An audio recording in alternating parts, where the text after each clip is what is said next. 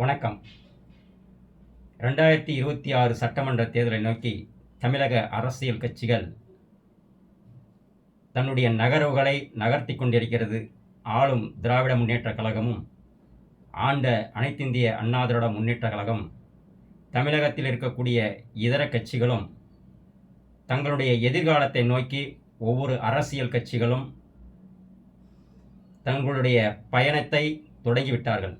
ஆனால் ஆண்ட அனைத்திந்திய அண்ணா திராவிட முன்னேற்றக் கழகம் இன்று அடிமைகளின் வசம் சிக்கிக்கொண்டு என்ன செய்வதென்று தெரியாமல் தவித்துக் கொண்டிருக்கிறார்கள்.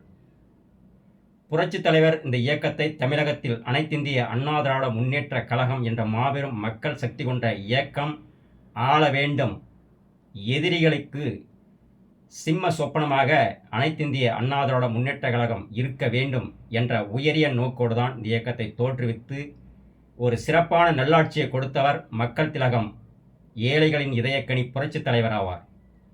புரட்சித் தலைவருக்கு பிறகு இதய தெய்வம் புரட்சித் தலைவி அம்மா அவர்கள் தமிழ்நாட்டு மக்களின் இதயங்களில் இடம் பிடித்து நீக்கமற நல்லாட்சி தந்த வரலாற்று சிறப்புமிக்க ஒரு தமிழக தலைவராக சிறந்த ஆட்சியை கொடுத்தவர்தான் புரட்சித் தலைவி அம்மா அவர்கள். தமிழகத்தில் கொடுக்கப்பட்ட அத்தனை திட்டங்களும் இந்தியா முழுவதுக்குமான திட்டமாக இதய தெய்வம் புரட்சித் தலைவி மாண்புமிகு அம்மா அவர்கள் தொலைநோக்கு பார்வையில் சிந்தித்து அந்த திட்டங்களை நடைமுறைப்படுத்தி 100% வெற்றி கண்டவர் மாண்புமிகு இதய தெய்வம் புரட்சித் தலைவி அம்மா என்று சொன்னால் அது மிகையாகாது. இன்று எடப்பாடி என்கிற பழனிசாமி ஆகிய அந்த போலி பொதுச் செயலாளர் எதிரிகளுக்கு பயந்து கொண்டு கழகத்தை சிதைத்து சின்னாபின்னமாக்கி தமிழகத்தினுடைய மக்களின் எதிர்காலத்தை கேள்விக்குறியாக வைத்திருக்கிறார். அனைத்திந்திய அண்ணா திராவிட முன்னேற்றக் கழகம் தனிப்பட்ட முறையில்தான் ஆட்சி செய்ய வேண்டுமே தவிர அதிமுகவின் மீது அமர்ந்து கொண்டு மாற்றுக் கட்சிகள் சவாரி செய்து அவருடைய இயக்கத்தை வளர்ப்பதற்கோ அவர்கள் ஆட்சி செய்வதற்கோ புரட்சித் தலைவரோ புரட்சித் தலைவி மாண்புமிகு அம்மா அவர்களோ அவருடைய வாழ்க்கை வரலாற்றில் அவருடைய அரசியல் வரலாற்றில் என்றுமே இருந்ததில்லை. கிராமங்களிலிருந்து நகரம் வரை தமிழகம் முழுவதும் உள்ள அனைத்திந்திய அண்ணா திராவிட முன்னேற்றக் கழகத்தில் இருக்கக்கூடிய ஒவ்வொரு தொண்டனும் அந்தந்த பகுதிகளில் உழைத்து வாக்குகளை சேகரித்து அதை வாக்கு வங்கியாக மாற்றினால்தான் அனைத்திந்திய அண்ணா திராவிட முன்னேற்றக் கழகம் ஆட்சிக்கு வரும். அப்படி பல கழக தொண்டர்களை நீக்கி வைத்திருக்கக்கூடிய எடப்பாடி பழனிசாமி சுய சிந்தனை இல்லாமல் மாற்று கட்சிக்காரர்களோடு இணக்கமாக இருந்து கொண்டு தனக்கு பிரச்சனைகள் பாதிப்புகள் வருகின்ற பொழுது அவருடைய எதிர்க்கட்சிகளுடைய இணக்கத்துக்கு ஆட்பட்டு இன்று இயக்கத்தில் இருக்கக்கூடிய பல தலைவர்கள் ஒதுங்கி இருக்கிறார்கள். ஒன்றுபட்ட அனைத்திந்திய அண்ணா திராவிட முன்னேற்ற கழகத்தில் இருக்கக்கூடிய அத்தனை தொண்டர்களும் கழகத்தில் இருப்பவர்களும் நீண்ட காலமாக கழகத்தில் பயணித்து ஒதுங்கியிருப்பவர்களும் கடுமையான முறையில் உழைத்தால் மட்டுமே வெற்றி உறுதி. இல்லையென்றால் இன்று எடப்பாடி பழனிசாமி எதிர்க்கட்சி தலைவராக இருக்கிறார். ஆனால் அந்த நிலை கூட இல்லாமல் மாற்று கட்சிக்காரர்கள் தமிழகத்தில் எதிர்க்கட்சி அந்தஸ்தை பெறக்கூடிய நிலையை எடப்பாடி பழனிசாமி தன்னுடைய சுய நலத்திற்காக ஏற்படுத்தியிருக்கிறார். தமிழ்நாட்டு மக்களுக்கு தெரிந்ததெல்லாம் ஒன்றே ஒன்றுதான். எடப்பாடி பழனிசாமி ஆண்டால் என்ன, குப்பன் ஆண்டால் என்ன, சுப்பன் ஆண்டால் என்ன, அதிமுக ஒற்றுமையாக ஒரே குடையின் கீழ் அனைத்து தலைவர்களும் இருக்கிறார்களா, இதை மட்டும்தான் பார்ப்பார்கள். அவர்களுக்கு யார் தலைவராக இருக்கிறார்கள் என்றெல்லாம் பார்க்க மாட்டார்கள்.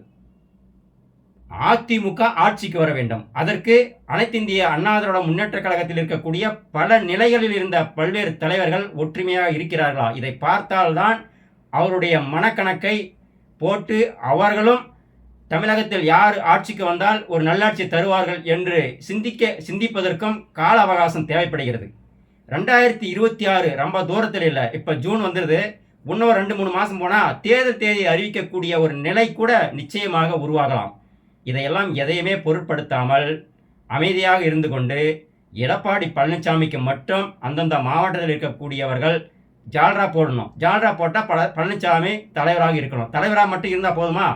அதிமுகவை ஒரு இராணுவ கட்டுப்பாட்டோடு வழிநடத்த வேண்டாமா?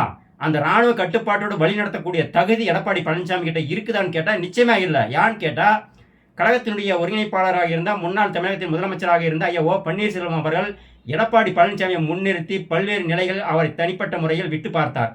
எல்லா நிலையிலும் எடப்பாடி பழனிசாமியுடைய தலைமையில் எங்கேயுமே அவரால் வெற்றி காண முடியவில்லை. இதற்கு காரணம் என்னன்னு கேட்டிங்கன்னா, எடப்பாடி பழனிசாமி தன்னை மட்டுமே உயர்வாக நினைத்து கொண்டு தான் பெரிய தலைவர் என்று நினைத்து கொண்டு தமிழ்நாடு முழுவதும் நானே பிரச்சாரம் செய்வேன், நான் மட்டுமே பிரச்சாரம் செய்தால் தமிழ்நாட்டு மக்கள் என்னை பார்த்து ஓட்டு போடுவார்கள். உன் முகத்தை பார்த்தெல்லாம் தமிழ்நாட்டு மக்கள் என்றைக்குமே ஓட்டு போட்டது கிடையாது. உன்னுடைய தனிப்பட்ட வரலாறில் நீ தனிப்பட்ட முறையில் உழைத்து தமிழ்நாட்டு மக்களுடைய இதயங்களில் வென்று அதை வாக்காக மாற்றி நீ முதலமைச்சராக இருந்தால் உன்னிடம் யாருமே இப்போ இருக்கக்கூடிய அந்த மழுக்கட்டெல்லாம் இருக்காது.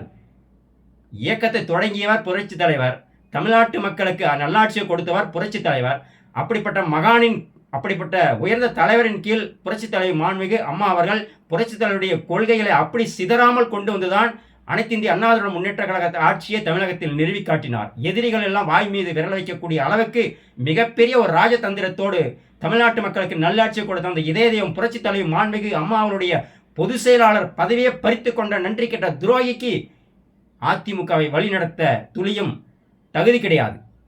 எல்லா நிலைகளிலும் இருக்கக்கூடிய அத்தனை தொண்டர்கள் உழைத்தால் தானே வெற்றி பெற முடியும். நீ ஆட்சிக்கு வந்தால் தமிழகத்தில் இருக்கக்கூடிய ஒரு சிறந்த தலைவர் அதிமுகவுடைய முதலமைச்சராக இருந்தால் தானே அதிமுக தொண்டருக்கு சந்தோஷம் கிடைக்கும். அப்போது தானே அவர் உள்ளாட்சி மன்ற தலைவராகவோ ஒன்றிய கவுன்சிலராகவோ மாவட்ட கவுன்சிலராகவோ வர முடியும்.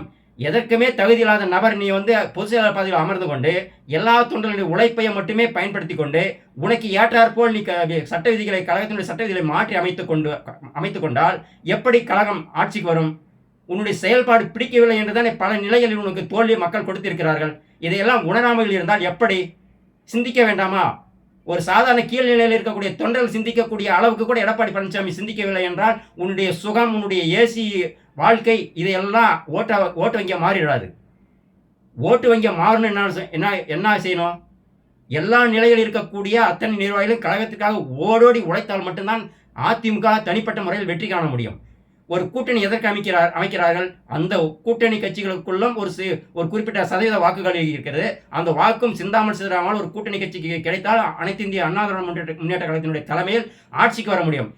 இதையெல்லாம் நீக்கிவிட்டு யாரோ வராங்களா டெல்லியிலிருந்து, அவருக்கு போய் அடி பண்ணிடுறது, அவர் சொல் பேச்சை கேட்கறது. புரட்சித் தலைவி மாண்புமிகு அம்மா அவர்கள் மீதே பொய் வழக்கை போட்டு அவர் சிறைவாசம் அடைந்தார். சிறைவாசத்திலிருந்து அனுபவித்து அந்த இன்பத் துன்பங்கள் எல்லாம் தன்னுடைய பக்கம் நீதி இருந்தும் தப்பான தீர்ப்பின் அடிப்படையில் சிறைவாசத்தை அனுபவித்து வந்த புரட்சி தலைவரை விட நீ உயர்ந்த தலைவரா? இதையெல்லாம் எடப்பாடி பழனிசாமி மாற்றிக்கொண்டு 2026 அனைத்து இந்திய அண்ணா திராவிட முன்னேற்ற கழகத்தினுடைய ஆட்சி அமைவதற்கு தன்னை தியாகம் செய்ய வேண்டும். தியாகம் செய்ய வேண்டும் என்றால் என்ன? இந்த இயக்கத்திற்கு யார் தகுதியான தலைவர், அவர் கழகத்தை வழிநடத்தட்டும் என்று பெருந்தன்மையோடு விட்டு கொடுத்து 2026 சட்டமன்ற தேர்தலை எதிர்கொண்டால் நிச்சயமாக வெற்றி உண்டு. இல்லை என்றால் எடப்பாடி பழனிசாமி இப்போ இருக்கக்கூடிய அந்த சட்டமன்ற உறுப்பினர்களும் அந்த அளவுக்கெல்லாம் வரமாட்டாங்க. எடப்பாடி பழனிசாமி மீண்டும் எதிர்க்கட்சி தலைவர்களாக அமரவே முடியாது. நன்றி, வணக்கம்.